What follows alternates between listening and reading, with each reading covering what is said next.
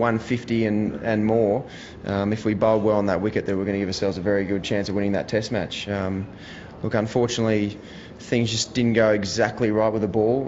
We knew it was going to be a fine line of needing to get wickets, but also knowing the wicket was going to play a big part and be able to help us out. And look, in the end, I think we were very close. If we're able to get one or two wickets more earlier, I think we're a big chance, because the way the wicket was playing, it was certainly a big challenge for the new batsmen coming in, and also our spinners were going to play a big part like their spinners did. So I think it was more so, I thought 150 was going to be nearly probably enough if we bowled and took our catches, and unfortunately just weren't there.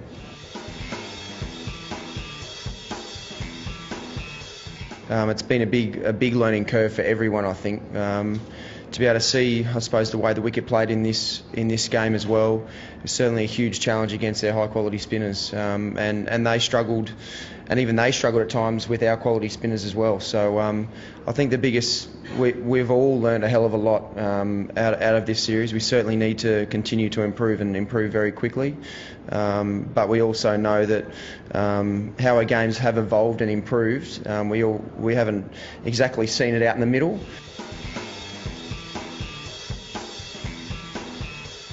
The wicket was doing a hell of a lot. Some balls were keeping very low, some balls were taking off as well. So we knew that we could get on a roll, and unfortunately Pujara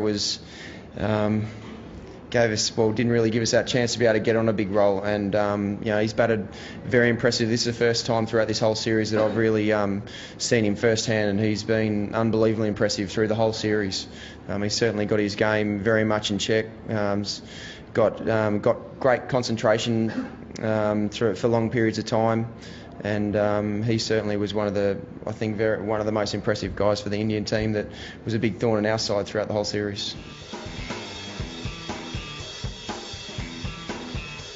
Me, for example, the games I played, I haven't scored the runs that I certainly wanted, that I knew how important it would be to be able to score runs, to be able to help the team get to a total while other guys are learning around me as well. So that for me personally as well has been extremely disappointing, knowing that I've played here and I played a lot of cricket here, and unfortunately I didn't score the runs anywhere near that I wanted.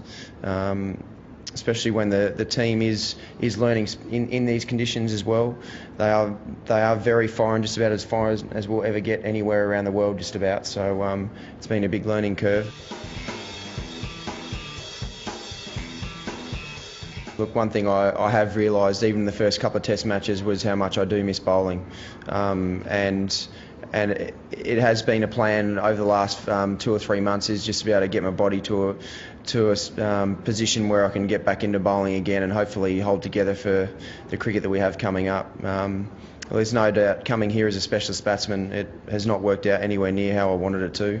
I haven't scored anywhere near the amount of runs that I wanted to be able to help the team out, and it didn't work. It didn't work to plan personally in that regard. So.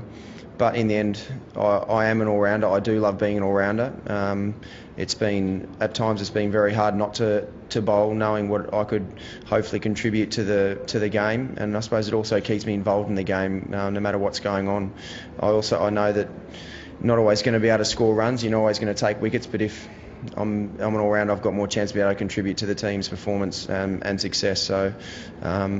That's where things are moving forward. It's got to continue to stay on top of my body, so hopefully I can play the amount of cricket that I can to be able to help the team out in any way I can.